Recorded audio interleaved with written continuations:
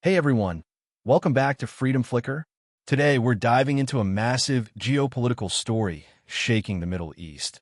Turkey has completely cut trade ties with Israel, closed its airspace to Israeli planes, and banned maritime access, all over the ongoing war in Gaza.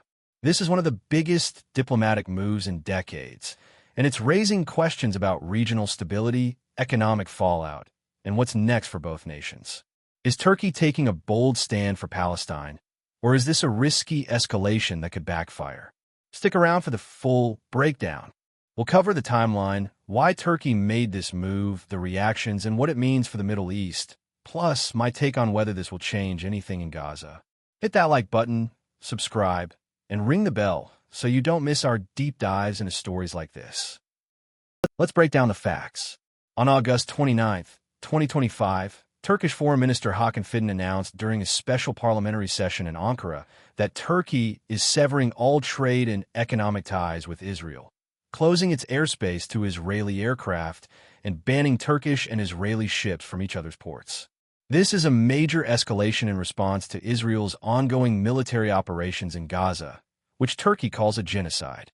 Turkey and Israel were once strong trading partners, with $7 billion in bilateral trade in 2023.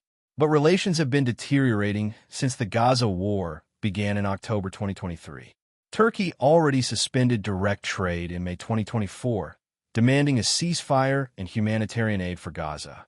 This new move takes things further, cutting off air and sea routes, including a ban on Israeli-linked vessels and military cargo. Fidan accused Israel of violating humanitarian principles and warned that its actions could set the Middle East ablaze. He also said Turkey has joined 52 countries in a UN initiative to halt arms shipments to Israel. This isn't just talk. Closing Turkish airspace, a key route for Israeli flights to places like Azerbaijan, will add hours to travel times and disrupt logistics. So, why is Turkey going all in on this? The Gaza conflict, which has killed over 62,000 Palestinians and injured 159,000 since October 2023, according to Gaza's health authorities, is at the heart of it. Turkey's leadership, especially President Erdogan, has been vocal about Israel's actions, comparing Prime Minister Benjamin Netanyahu to Adolf Hitler and calling Israel a terrorist state. Foreign Minister Fidan said Israel's policies, including starvation tactics and raids on Al-Aqsa Mosque, aim to make Gaza uninhabitable and destroy the two-state solution. Turkey's also frustrated with the U.S. for backing Israel, which Fidan claims enables these actions. This move aligns with Turkey's broader support for Palestine, seen in its work with Qatar and Egypt for a resolution. Turkey and Israel have had rocky relations before, but this is unprecedented. In November 2024, Turkey denied Israeli President Isaac Herzog's plane airspace access for a summit in Azerbaijan, showing this was brewing. Erdogan justified it, saying, Turkey must take a principled stance. This full cutoff is a bold escalation, but some critics in Turkey argue it's not as airtight as it seems, pointing to indirect trade like oil through the Baku-Tbilisi-Ceyhan pipeline. How's the world reacting? Israel's Foreign Minister Israel Katz downplayed the move, saying Israel is already exploring alternative trade routes and boosting local production. But the impact is real. Turkey was Israel's fifth largest exporter in 2024, and $393 million in goods were sent in early 2025 despite earlier bans.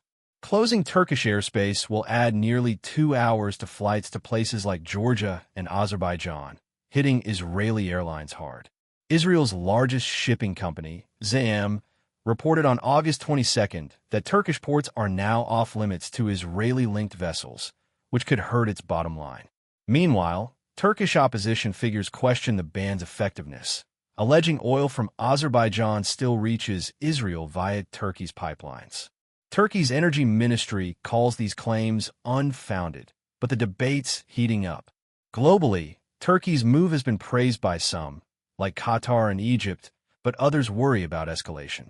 The U.S. hasn't commented directly, but its continued support for Israel, $17 billion in weapons aid, puts it at odds with Turkey's stance. Posts on X show mixed sentiment. Some call Turkey's actions a bold stand against genocide, while others see it as posturing that won't stop the war. What's next for Turkey, Israel, and the region? This cutoff isolates Israel further. Colombia and Bolivia have also severed ties, and 52 countries joined Turkey's UN push to stop arms to Israel. But will it force a ceasefire? So far, Israel's intensified its Gaza offensive, calling it a final push against Hamas, despite 317 starvation deaths and 9,000 missing Palestinians. Fitton warned that Israel's actions in Gaza, the West Bank, Syria, Iran, and Lebanon could spark a broader war. Turkey's also clashing with Israel over Syria, accusing it of blocking a strong Syrian state. With tensions rising, some fear this could disrupt NATO unity, since Turkey's a key member and Israel's a U.S. ally. For Turkey, this strengthens its role as a vocal Palestinian advocate, but it risks economic losses and strained ties with the U.S. For Israel, rerouting trade and flights is costly but manageable. The real question is whether Turkey's move pressures Israel to change course in Gaza, or just escalates the diplomatic deep freeze. Here's my take.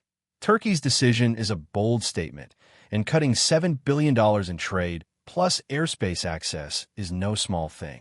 It shows Erdogan's playing to both his domestic base and global allies like Qatar. But I'm skeptical it'll force Israel to back down. Netanyahu's government seems dug in, and U.S. support gives them a shield.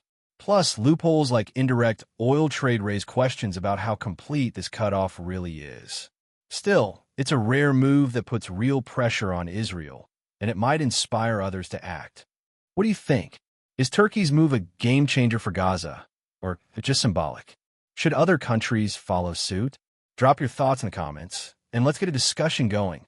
I've got a poll up. Will Turkey's actions push Israel toward a ceasefire? Vote now.